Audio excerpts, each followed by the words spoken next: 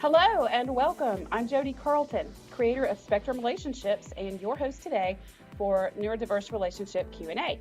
Now, I created this program for those of you who are in spectrum relationships. So maybe you think you're neurodiverse or you've been diagnosed, or maybe it's your partner. But either way, this program is for you.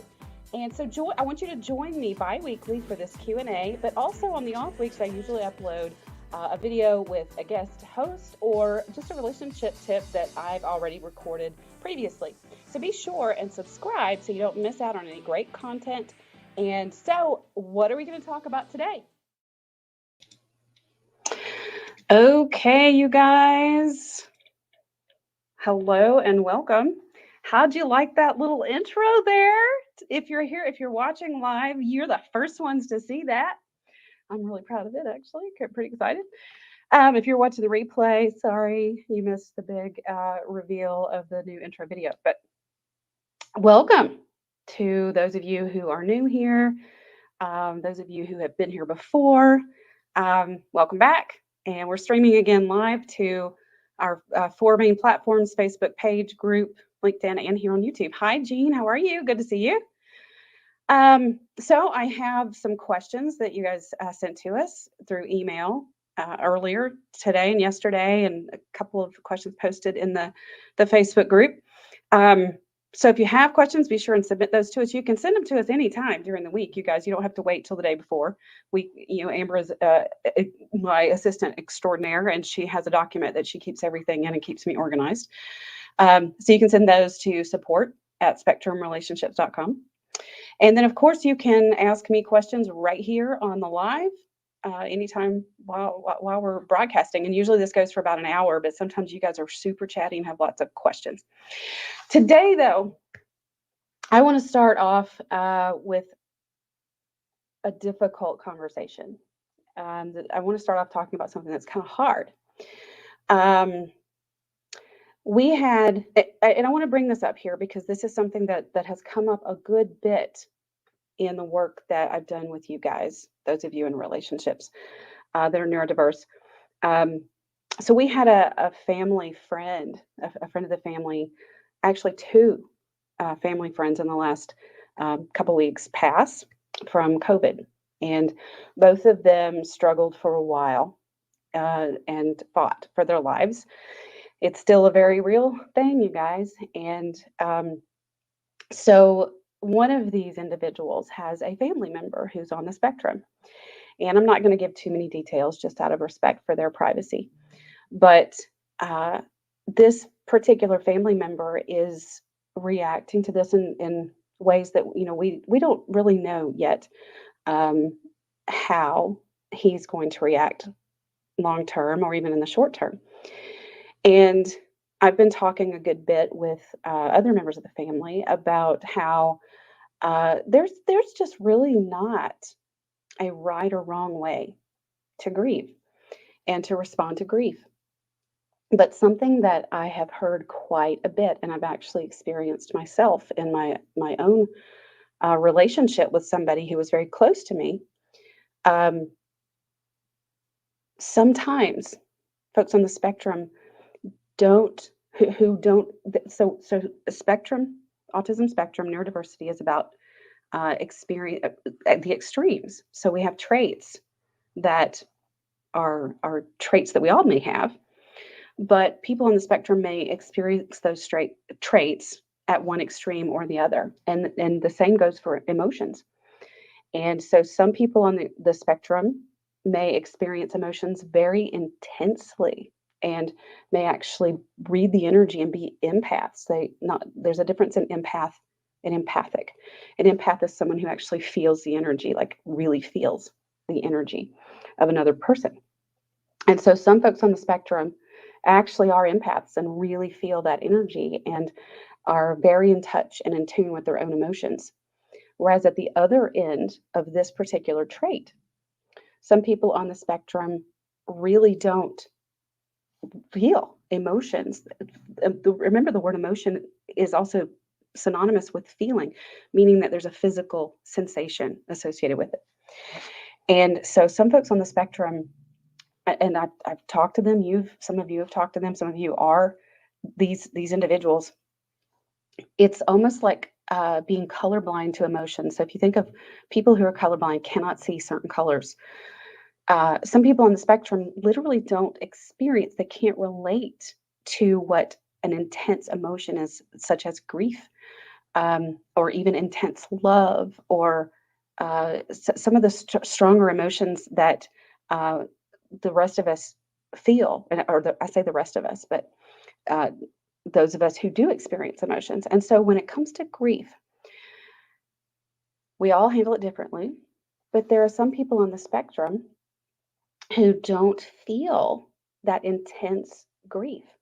And I've had neurotypical partners um, say to me, my husband didn't cry. My husband didn't uh, seem to grieve his mother or our child or some kind of really significant loss. And this is so confusing to someone who feels intensely.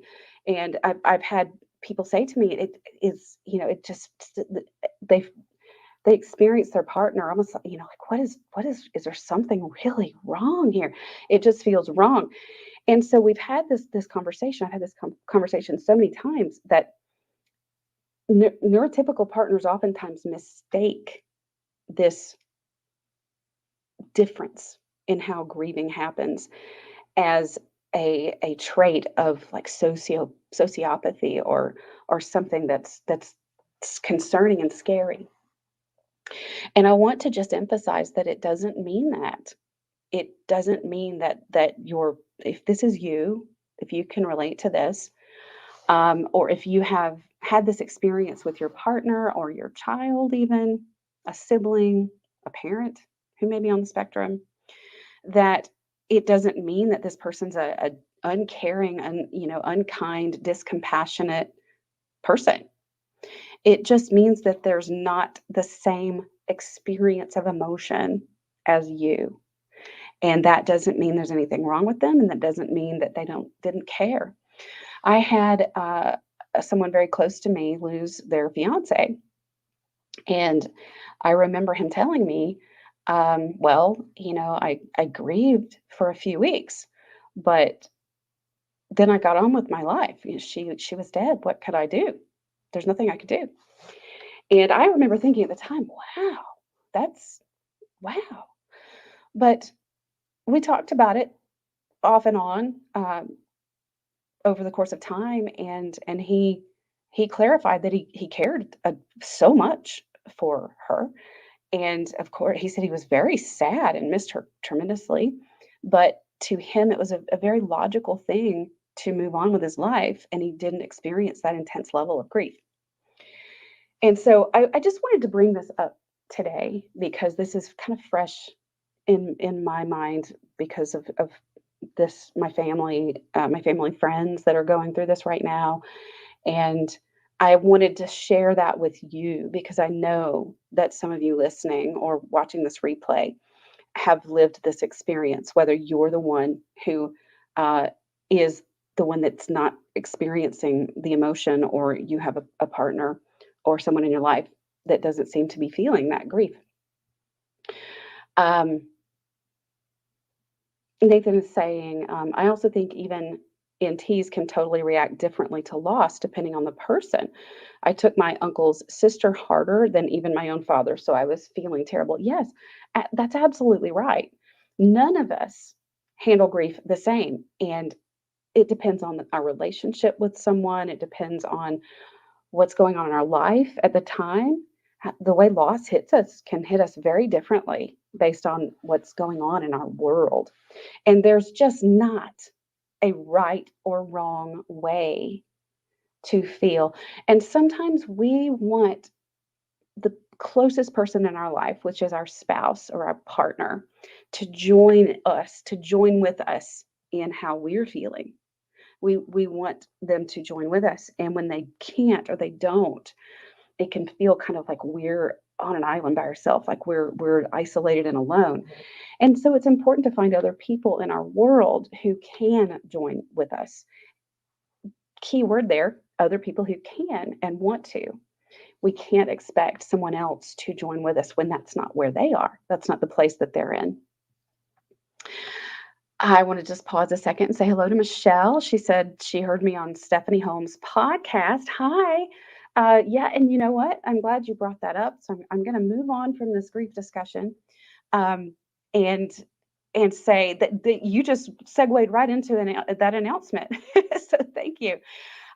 Yes, so I was a guest on a podcast by Stephanie Holmes and her husband Dan, and they are also neurodiverse relationship coaches, and they work specifically with the faith community.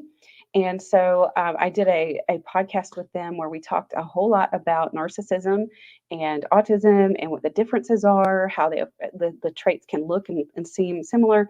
So I will be I'll actually post a link to that podcast in the description when this is over today. And if you're on my email list, I'm going to be sending that out this week. So thank you, Michelle, and I'm glad to see you here today. Okay, let's see. Hi, Yana. Hi, Molly. Good to see you guys. And let me circle back though, not to specifically about death, but something that this conversation about death or grief or any kind of intense emotion or in an experience that we have, and our partner is having a very different experience, or maybe we have very different needs, very different goals, very different expectations.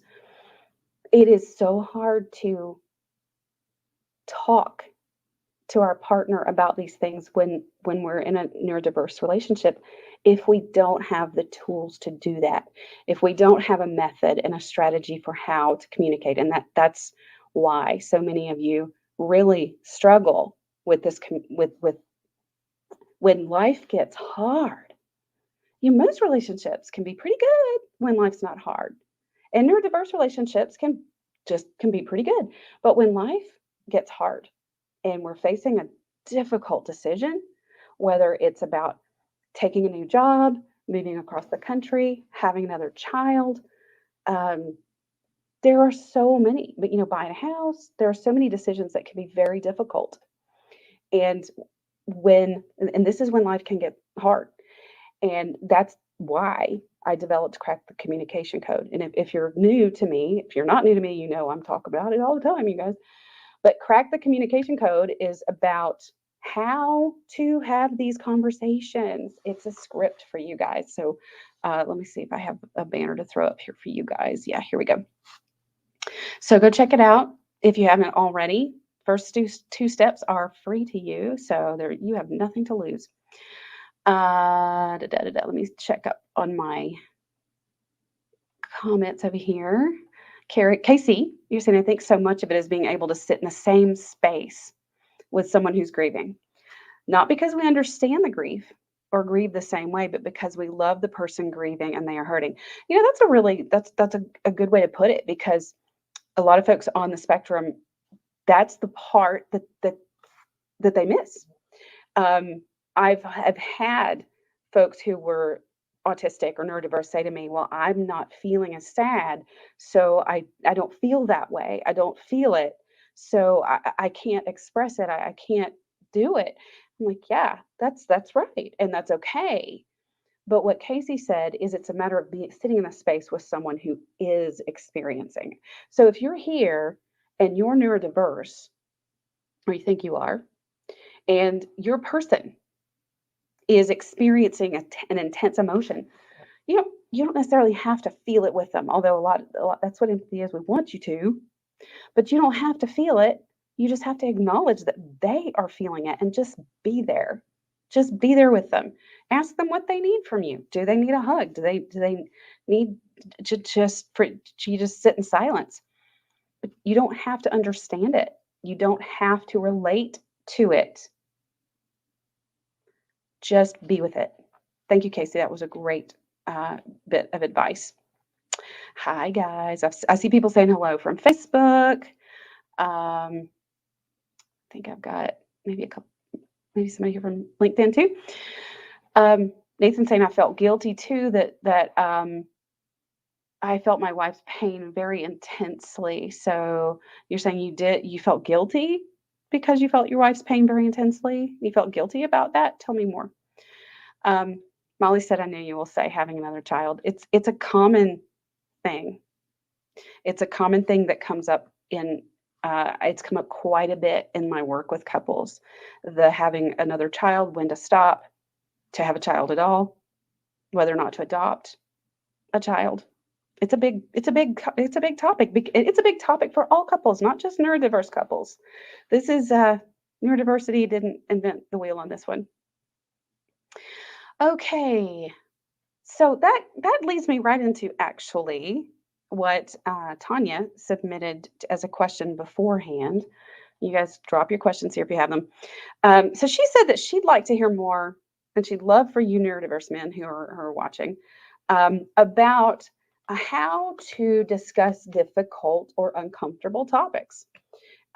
She wants to know, how do you prefer that your partner bring it up to you? And this is, oh, this is gold, guys, because the whole communication program, we start with how we approach our partners. And oftentimes, and we all have to raise our hand on this and say, yes, I have done this. I'm raising mine. We approach our partners very critically.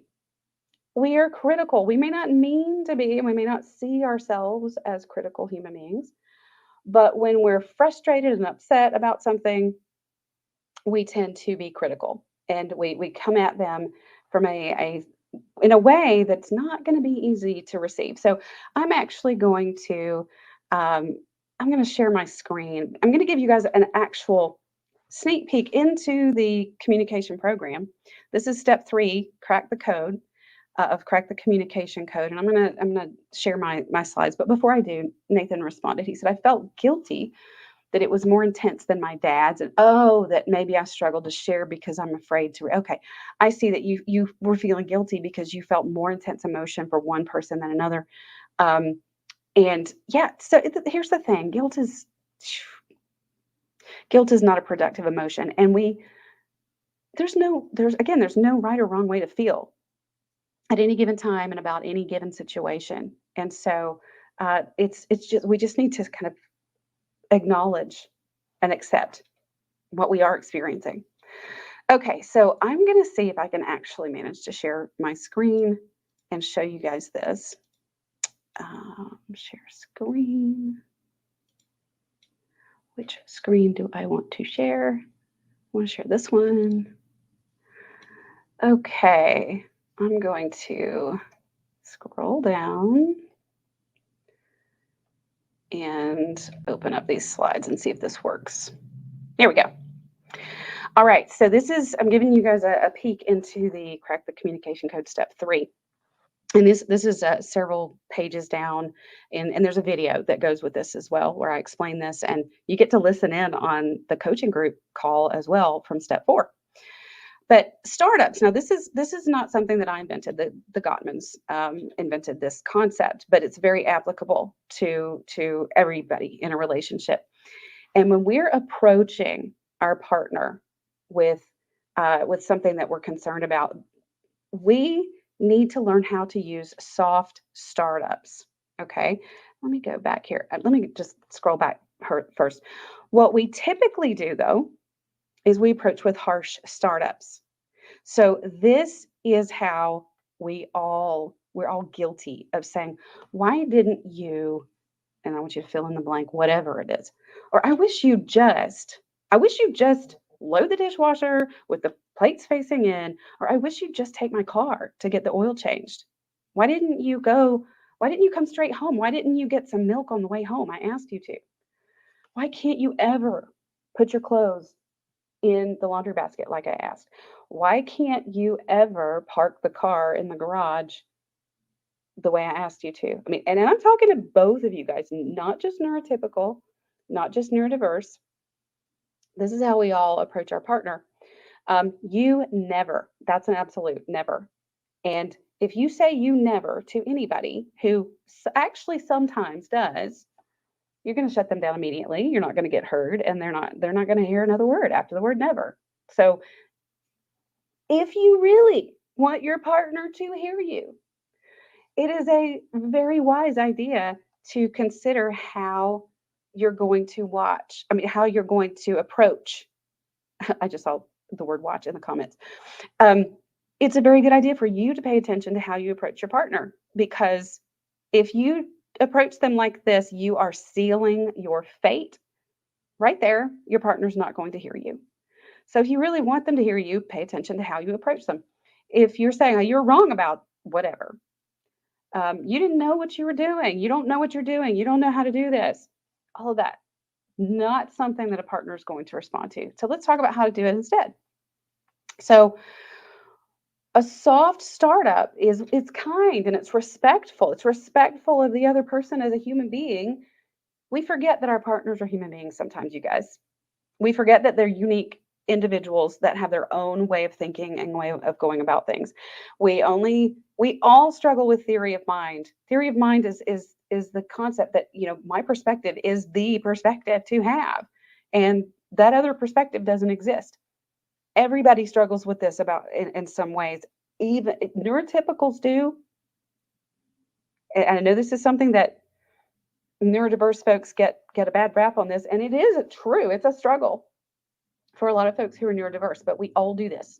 We cannot say, oh, I never do that. Yes, you do.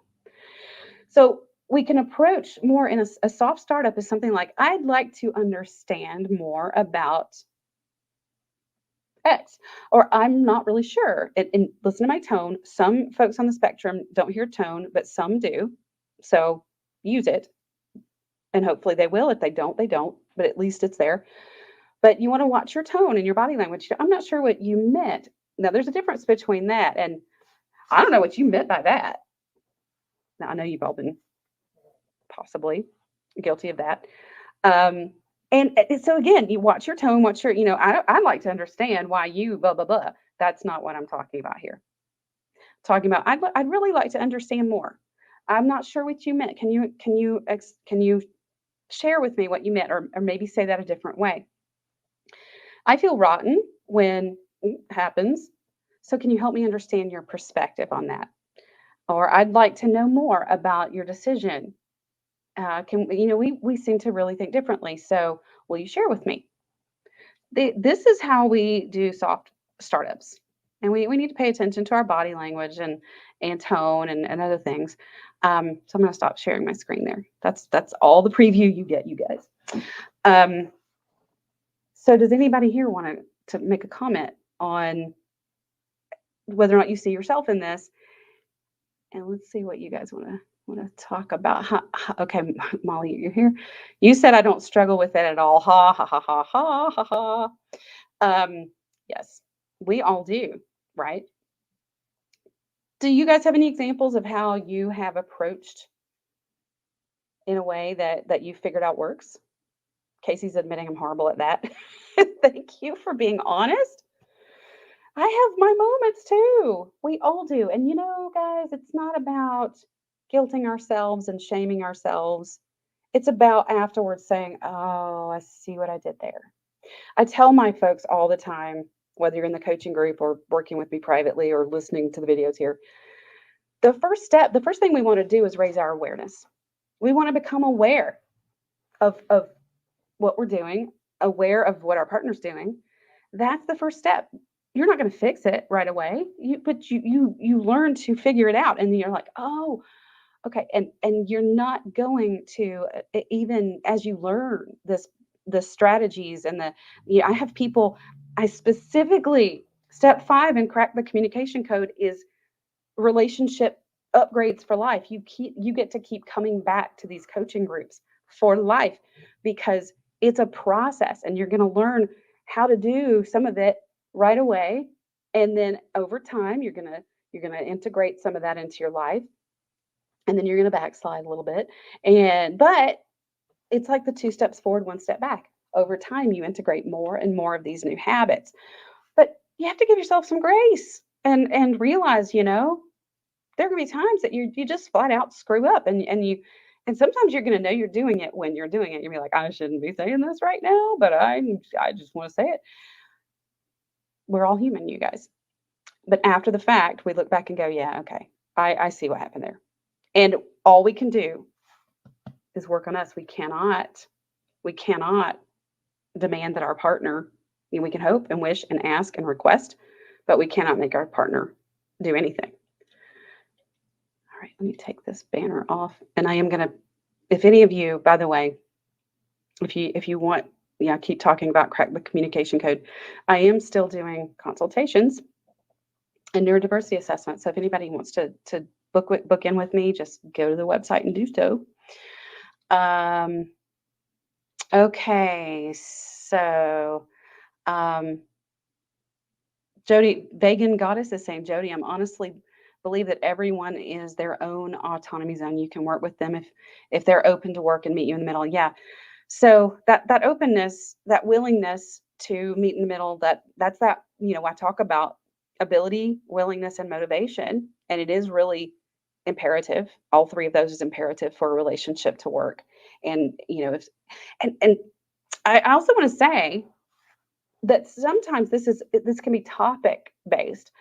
We can be able, willing, and motivated to show up in a relationship and grow in a relationship, but sometimes we get stuck on specific topics or issues or decisions, and those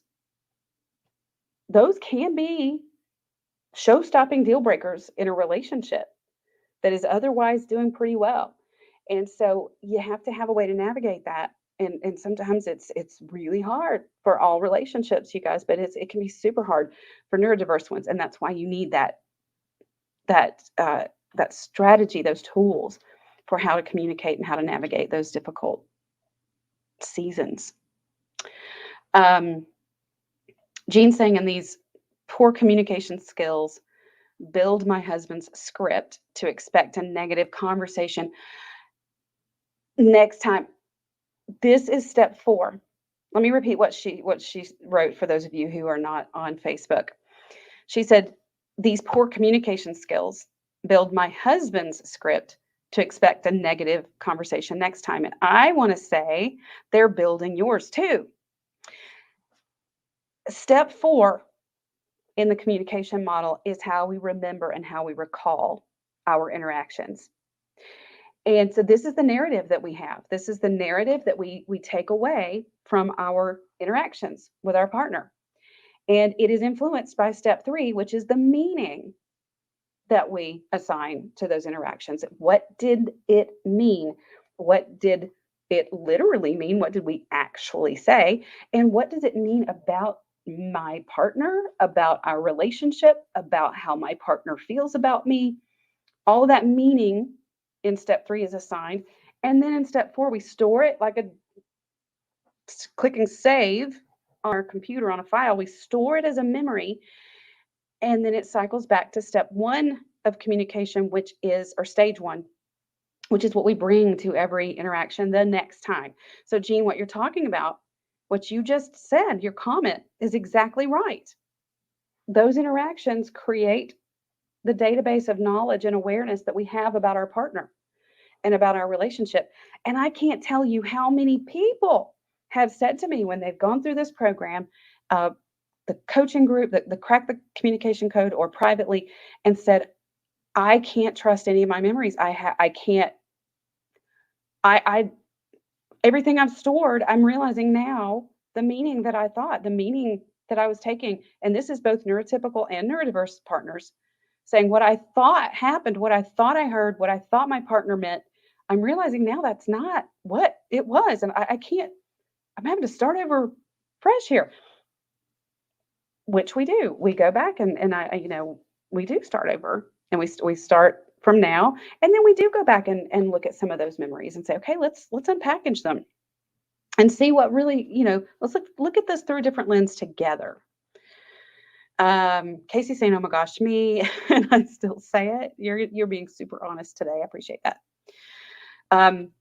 Wendy says, we were taught at a marriage conference to say, can I share my heart with you? Yeah, I really like that. Can I share my heart with you? So basically, this is a real soft approach, versus being really critical. This is I have something on my heart. I have something that I need to say, can I share that with you? And I like that it's a form of a question versus I have something that I want to say. Because the question is giving your partner the opportunity to say, actually, not right now. And that is an important part of this communication process, because if our partner, for whatever reason, is not in a place or a space mentally or emotionally or even physically, sometimes we're physically tired and drained to hear, to be receptive, we need to honor that. And sometimes we're like, well, I want to talk about it. I want to talk about it right now. The thing is, I go back to what I said earlier. You can. You can go ahead, but you're not going to get very far, and it's not going to be productive, and it's going to be frustrating, and you're going to get hurt, and you're going to feel unheard because you're not going to be heard. So we like to blame our partners for not listening and for not hearing us. But we also have to look at, okay, what did I bring to that? What did I bring to that? Did I bring my determination to have this conversation right now? Did I bring a critical tone? Did I bring a lack of regard for my partner and his or her ability to hear what I want to say right now? And because if we did, then we also have to look at, okay, what did I do to really shut this conversation down and not give it the healthy space. I am the guiltiest of wanting to talk about something when I want to talk about it right now, and not really paying attention. I do this with my kids too. You know, I, there's something they've done that I want to address, and I want to address it when I want to address it. But if they're not in a space to receive it, if they're tired, if they're hungry, if they're sick, if they're on their way out the door to go to tennis practice, they're not going to hear me. They're not going to receive what I have to say. And then I'm just going to get angrier and more frustrated. And is that their fault or is that my fault? Maybe a little bit of both, but I have to pay attention to what I am doing and what I'm bringing to it. A lot of us don't, especially when you guys are in these high conflict relationships where I call you have your boxing gloves on. We don't like to look at us. We like to look at them because we know really well what our partner's doing, what they're bringing to it. Thanks for sharing that, Wendy. Let's see.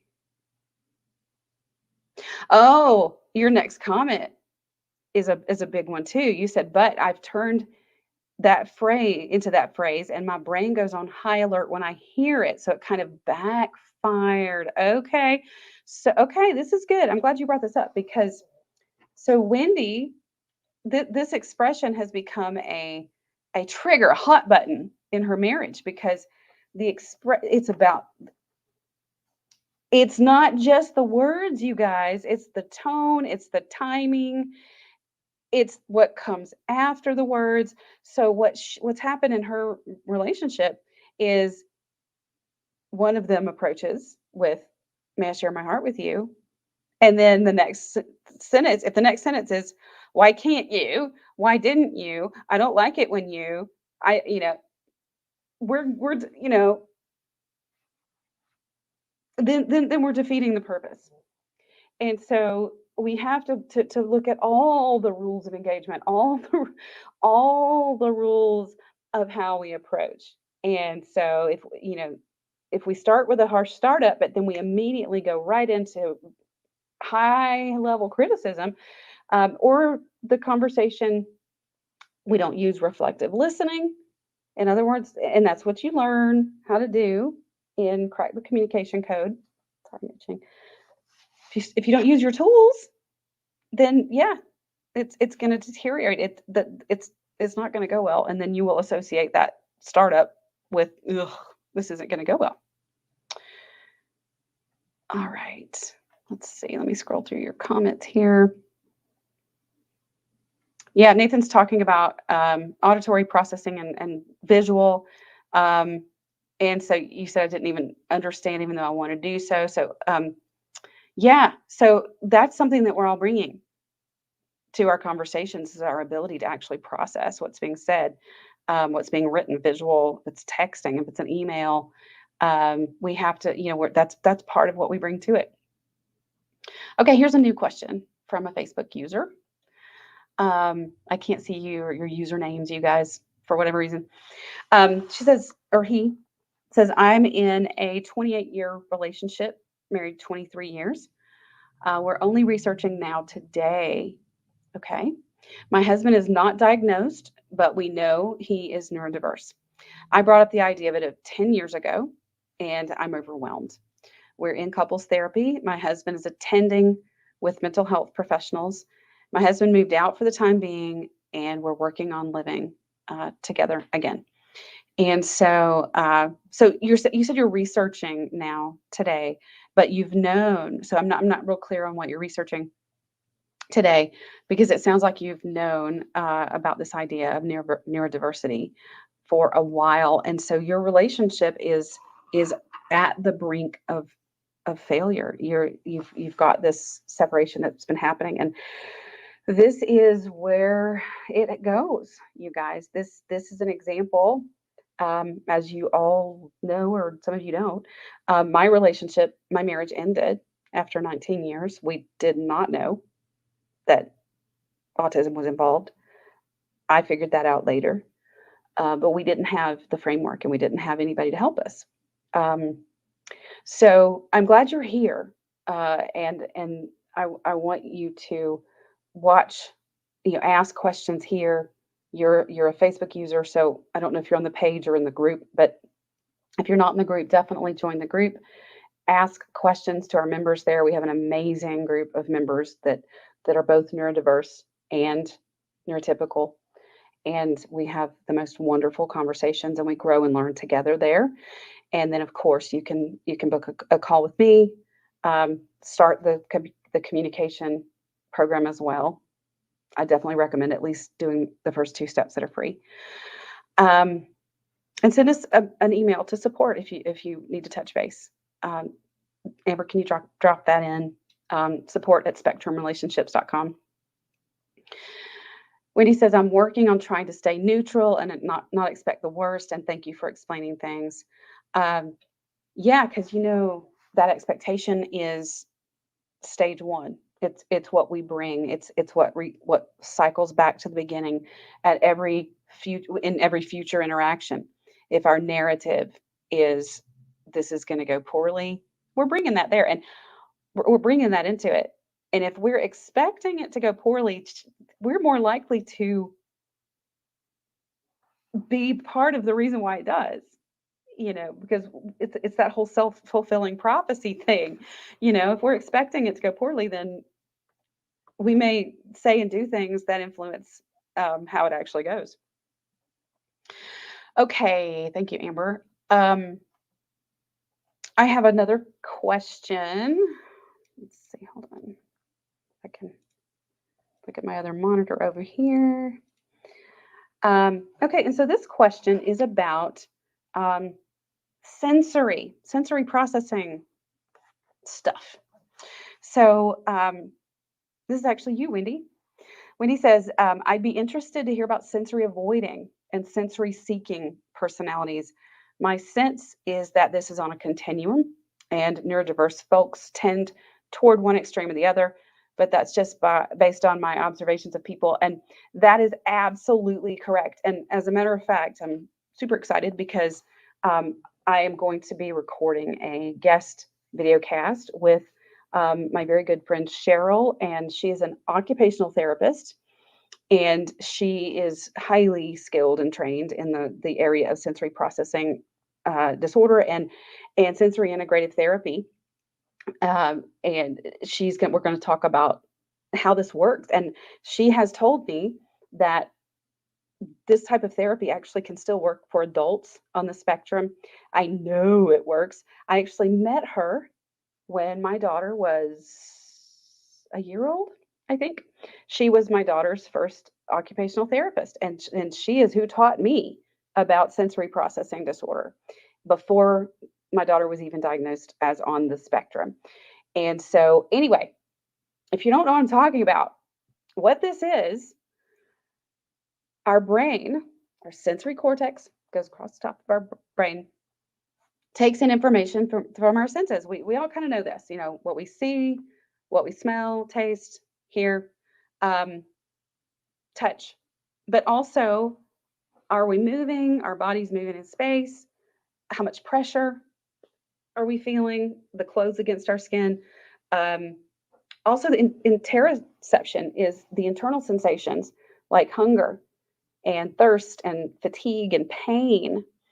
And so it is true that folks on the spectrum all have some kind of sensory processing differences. And this is what you were talking about, Wendy. In other words, the threshold is, we all have a certain threshold at which our brain is consciously aware of some type of sensation.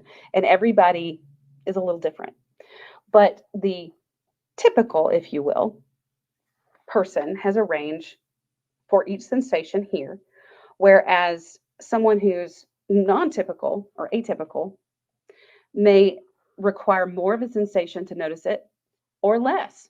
So they may be really sensitive to smell or not really be able to smell at all. And I'm not talking about COVID, I'm talking about sensory. Now, folks on the spectrum, pretty much all have some kind of sensory difference. So there's something that takes more of the sensation for them to notice it, or something that takes less. And usually there's a grouping, there are combinations of things. Now, you can have sensory differences and not be autistic. This type of thing is part of the genetic traits that run in families where there is autism. We see lots of other things like epilepsy and asthma, and we see other things that go along, food allergies, that kind of thing. So, for every sensation, there is a high level of sensitivity and a low level of sensitivity, and there's an endless number of combinations that we can have. So, for example, I'm sound sensitive. I don't like noise, and so I notice noise a lot sooner than everybody else. Whereas my kids are like, their volumes are really loud all the time, and I'm like, oh my god. Some people don't like roller coasters, or they get that motion is very uncomfortable for them, or they may get car sick very easily, whereas others crave it. They want to feel it and experience it. So yes, Wendy, you are absolutely right that it is about the extremes. It's about having, my son is actually not autistic, but he has sensory processing disorder. And it takes him extremes to feel body temperature. So we have to really be careful, because he can overheat because he doesn't notice that he's hot. And he can also, his lips have turned blue before he realized he was cold because he just didn't feel it. Yeah, so there we go. All right, let me go back through and read here. Delrun, I don't know if I said that right, and I apologize if I didn't. You said, how do I'm in NT, address my autism partner's bad manners once I've addressed them previously? He said he changed them, but then forgets and goes back to the old insensitive behaviors. Okay. So this is a loaded question, actually. There's several different questions here. So the first part of this is that your partner's behaving in a way that you feel is inappropriate. And I say you feel is inappropriate because I'm not saying that it isn't, but the inappropriateness of behavior can it can vary significantly depending on our culture, our gender, our society, our age. There's so many different variables. So what I'd like for you to know is that, okay, this is what your preference is for how he behaves, and it's really important that we start there, that we start with what our preferences are. Now, if you're like, oh my gosh, no, seriously, this is just basic stuff.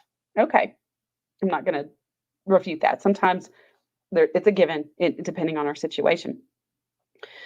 All you can do is, you said you've addressed it. What I would want to encourage you to do is go beneath just saying what the expected behaviors are, but go into the why. And it may be that your partner doesn't know or understand the reason why. There's a difference between saying you need to do this, you need to do this, and let me explain to you what this means to everybody around you or to me. And that piece is really important to express. Now, your partner's saying, okay, I'll change. Now, people say that they're going to change what they're going to do a lot for lots of reasons. Sometimes we say we're going to do something with the intention to do it. We really plan on it. Sometimes we say we're going to change something or we're going to do something just because we don't want conflict and we don't want someone to we don't want to have a problem. We don't we're just like, okay, sure. But we're not really committing to it. Um, Sometimes we, like I said, we truly intend to and we forget, or um, it's a really difficult behavior to change. It's habitual. So that's the other thing to that you want to be a detective about. And instead of coming at him and going, "You, why didn't you?" And if you just got here and you didn't listen to the first part of the video, rewind. The harsh startup is, "Why didn't you do this? You said you would. You lied. You. That's not gonna. He's not gonna be receptive, or she. Um, yeah, he. Uh, so you want to be a detective and say, okay, I want to understand. I want to understand what's happening, and I want to understand what do you see as the reason why. Let's unpackage this together. What is the reason why it's difficult for you to make these changes? What's contributing to that? Um, is he just forgetting? Is it a routine thing? This is something that we need to do, and like with our children too, you guys, and ourselves. If we're not following through on something that we said we were going to, we need to first look at the intent and the motivation. Is there really motivation to follow through? But then we have to look at why. There's always a reason why we're not. And it's not always that we don't care. That's the thing that people go to in relationships. We go to the, well, you must just not care. That's that's often not the case that someone doesn't care. It just may be a timing thing. It may be a habit thing. It may be a misunderstanding thing. Same with our kids when they don't change their behavior that we've told them to change. We can just keep saying to them, you need to do this. You need to do this. You're going to get in trouble if you don't. And then they keep doing it and they get in trouble and they still do it. There's a reason why, you guys. We have to go, okay, why? Why is this happening? We have to be detectives. All right, I hope that helped you. Um, okay, Angie, hi, good to see you, girl. It's been a while.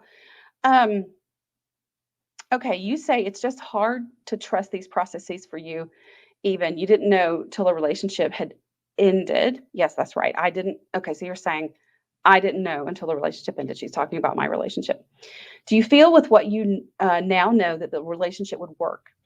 I can the tools help improve things, but these relationships have a sense of hopelessness to a degree. There are just some things that won't and can't be fixed. I think most of us need help. Okay. So she's basically asking me, do I think my relationship could work with my ex-husband? And that question has come up several times. And my answer to you is I don't know. I know that it would be a huge framework that we didn't have. I know that we get along really well as co-parents. Sometimes we run into the theory of mind issues in our co-parenting, and we hit walls. And the thing is, he is not on board. He is not in agreement that he's on the spectrum. It's not a conversation that we can have. So, I mean, we've attempted it once or twice. Well, not really, because I know, I mean, actually, it did come up before our marriage ended, but it's not something, so I'm referring back to then, but it's not something that I really bought into and really understood until afterwards. And so when we go back to that ability, willingness, and motivation thing, I don't know if he has the ability. And I don't believe he has the motivation or willingness to work for it to work. So that's where you have to look, Angie. Um, I do see relationships working in the work that I do. I do see it. I see couples where once they get this framework and they're both willing and they're both able and they're both motivated, I do see it work. I don't know if my marriage would have worked because I still don't see the motivation and willingness, even in some of the interactions that he has with our children. So it's important to look at those three things. That was a great question. Thank you for asking. Um, Vegan Goddess is saying she has sensory issues too. Yeah, a lot of us do. Let's see. And we don't have to be on the spectrum. Okay, you guys have been chatting. Let me scroll back here. I don't like hair. Overly sensitive to people's energy. So that's an empath type thing. Role playing can help us. Role playing can help us can a mediator? I'm not sure what you're saying there. Let me just scroll through. Nathan, you're saying Jodi, but it's directing the husband is not a child. Yeah. We don't want to talk to, I'm not sure what you're referring to, but we don't ever want to talk to our partner like they're a child, but we do. I'm referring, I think maybe you're talking about the behavioral stuff and that kind of thing, what I was talking about a minute ago. I'm talking about ourselves too.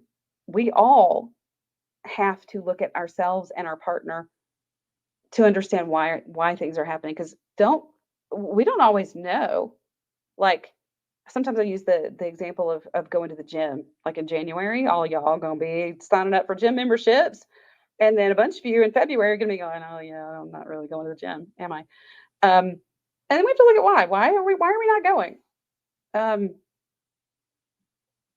We have to unpackage that. Okay, so Darun, I'm so sorry if I'm botching that. You're saying they are habits, and yes, he's not convinced it matters. Okay, so this is important because that's a motivation and willingness issue. So I'm glad you commented.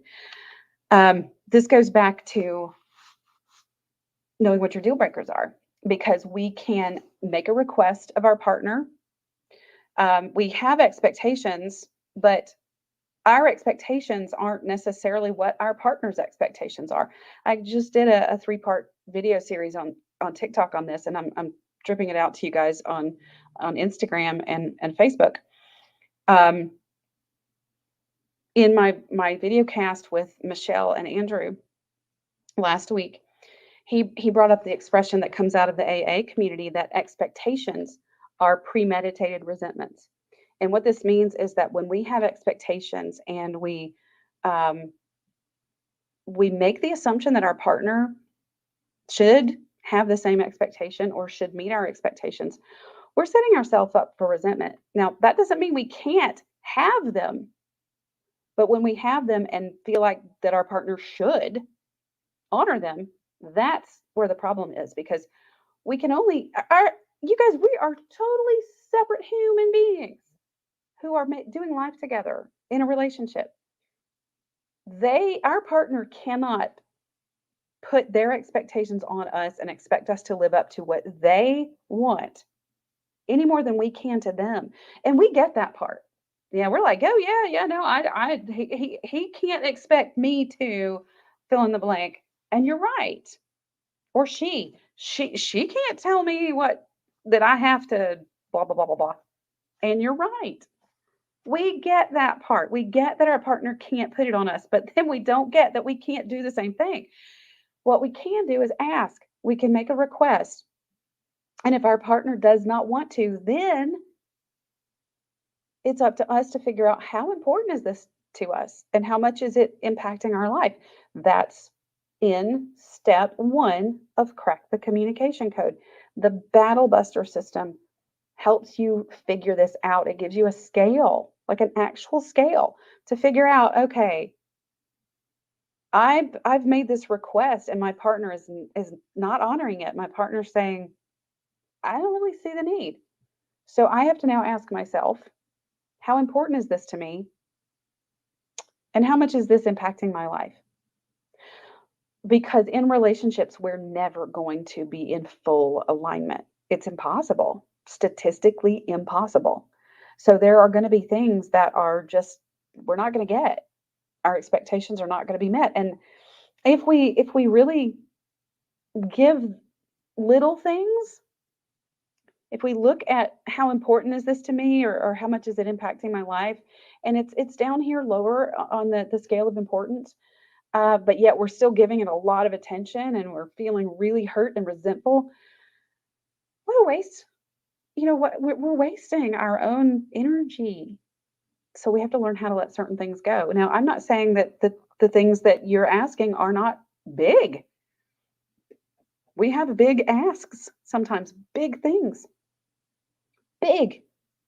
We were talking earlier about these tough decisions sometimes about moving and jobs and family and children. And these are big asks. And then we have to decide we cannot expect our partner to do what we want, because that's basically telling another human being, you can't be you. You have to be what I want you to be. We can't, you guys, but we get to choose what we do about it. So if our partner says, no, I'm just not going to do this, then we can leave the relationship. If you're not in a position to actually leave, you can, there are other ways to disengage and then start making plans for ourselves about our future. And maybe we can't leave right now, but we can start planning for that in some way. We're the ones that we have to choose for ourselves what we do when the people in our lives, whether it's our partner or our employer or anybody, our best friend, when they can't meet our requests. We have to decide, we have to look at what's big and what's not. Hi, 88. Good to see you again, too. You said you wanted to talk about my video on Facebook from a couple of days ago. Expectations are premeditated resentment. I just brought that up. Thank you for bringing that up. I think you were here just a minute ago when I started talking about it. Yeah, it is something to think about, and keep an eye on it, because I'm going to be dropping in part 2 and part 3 in the next couple of days.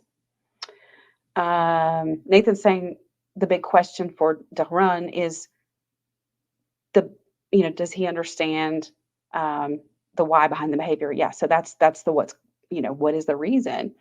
And you're asking, is it ritual? Okay, 88, you're saying, oh goodness, how do you let go of the expectations when sometimes those expectations were what you thought you could expect in a relationship, but it turns out neurodiversity is at play and you can no longer expect what you had originally wanted out of a relationship? Okay, that's a great question. And my answer to that is, that's life. When we become parents, I don't know that there are many parents on the planet who will say, oh yeah, parenting was exactly what I expected. Exactly. I know it's not for me. Our expectations are hopes and wishes. They're a standard. But life does not give us what we expect. I didn't expect to have a child with epilepsy.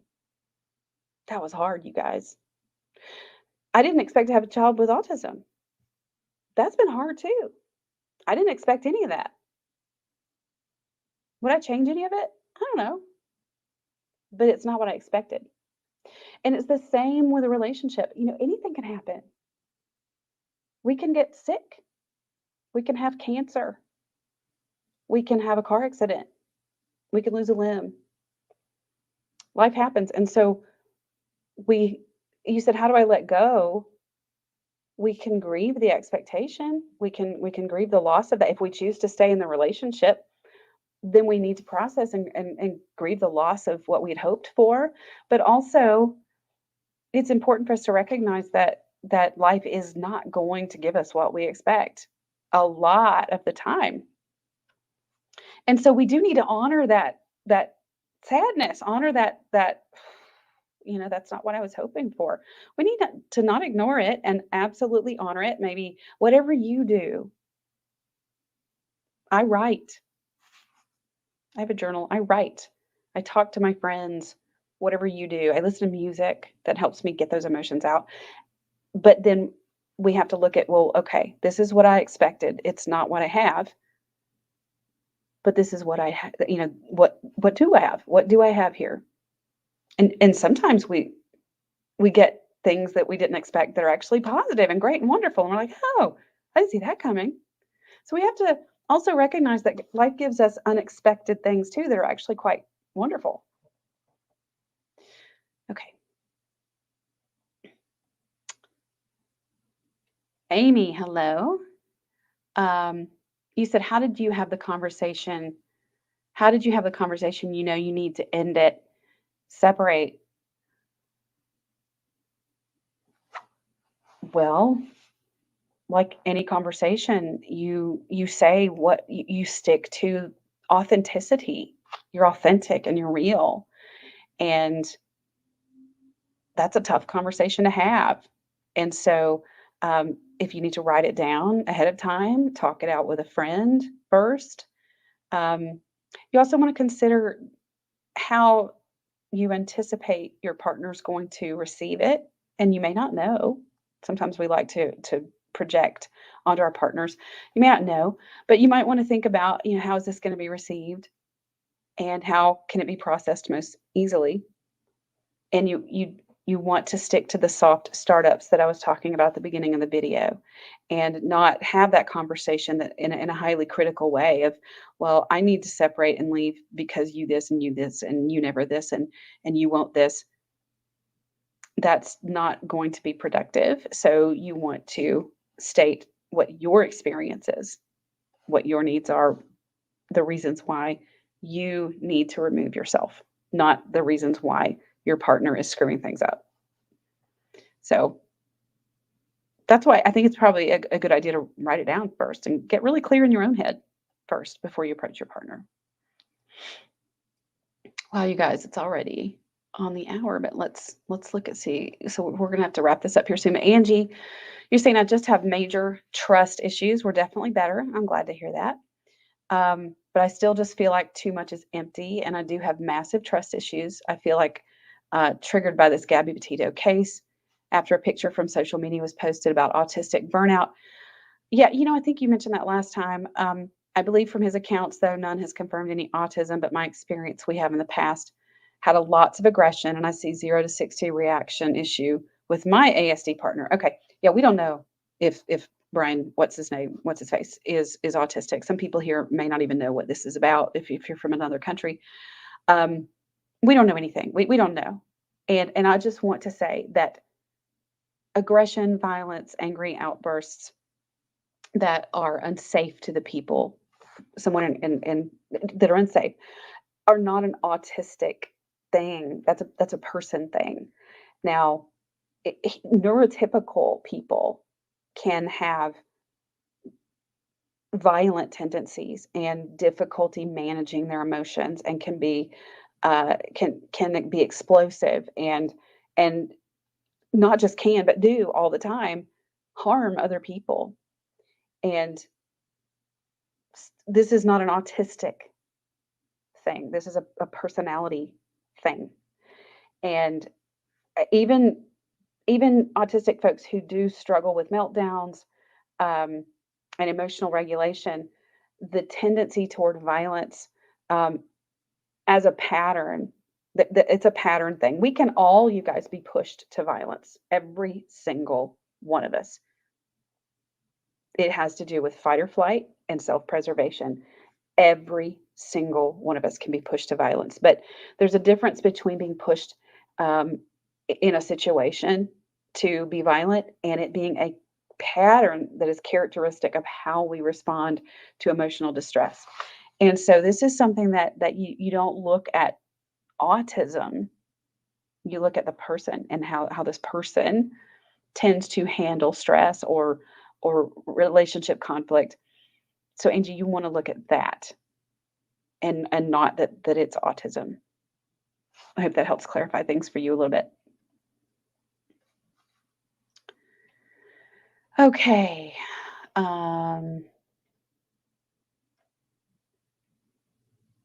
So